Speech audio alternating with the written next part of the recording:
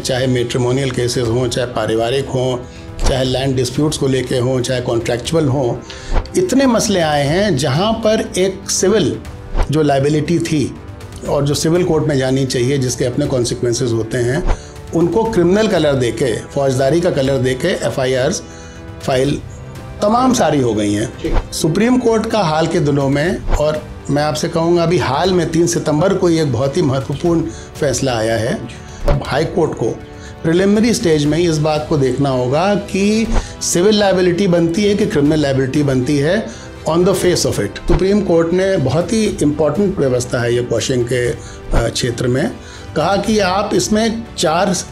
Step का एक test है, उसको हाई कोर्ट को अडॉप्ट करना होगा, जिससे कि जितनी भी परिस्थितियां हैं जो अनुकूल नहीं है क्रिमिनल प्रोसिक्यूशन के लिए, उसको आपको कंसिडर करके और फिर ये राय बनानी होगी कि ये FIR मेंटेनेबल है कि नहीं है।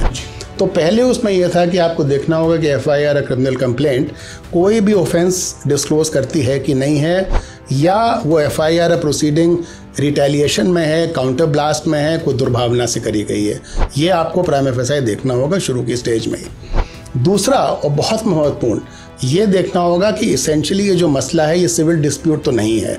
और इसको क्रिमिनल कलर या उसको ड्रेसअप करके as a criminal case file करा गया है।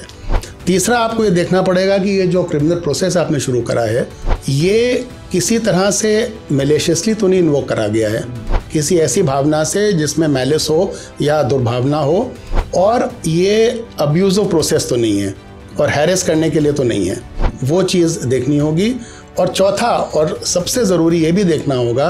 कि जो एलिगेशंस हैं ये कितनी देर से करे गए हैं, क्या टाइम पीरियड था, डिले क्या है, कोलैबोरेशन है कि नहीं, अनकोलैबोरेटेड हैं, और वेग मतलब ना उसमें कोई सिर ना कोई पैर, उस तरह से करके just for the sake of filing FIR। और उसमें फिर सबसे बड़ी बात ये निकलती है कि ऐसी स्थिति में प्रोसिक्यूशन कंटिन्यू करना